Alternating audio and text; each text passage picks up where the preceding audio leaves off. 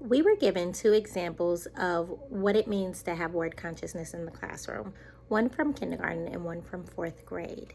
For whichever one you listen to, we know that word consciousness was apparent because the students were able to use the vocabulary that they were learning in class and use it in a multitude of ways as well as understand it within text.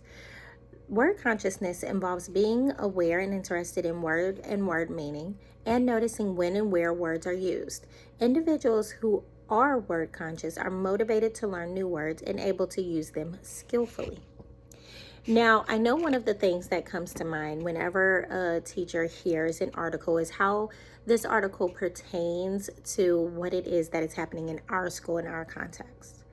What is miraculous about these two cases to me is the fact that both of these teachers actually work in high poverty schools.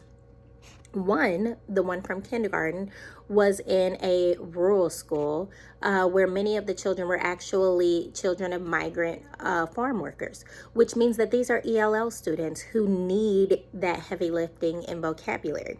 The other example, the fourth grade example, was an urban school setting where 100% of the students are receiving free and or reduced lunch.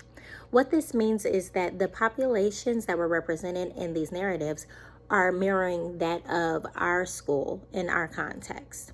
Therefore, using word consciousness is a good strategic strategy to building vocabulary for our students who don't necessarily receive this type of interaction with words at home or in their daily living.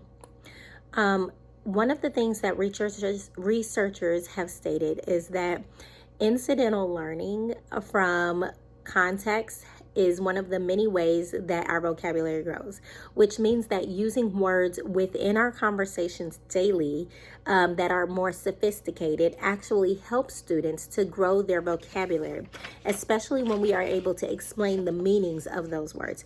Additionally, breadth and depth matter when it comes to vocabulary knowledge. What that means is that students need as many words as possible, but they also need to have depth of knowledge of those words. So understanding those word parts, understanding the base of those words, understanding how words relate and how there are a variety of meanings pending on the prefixes and suffixes attached actually matters. So what we are going to do going forward is really look at some ways that we can have word consciousness within our classroom.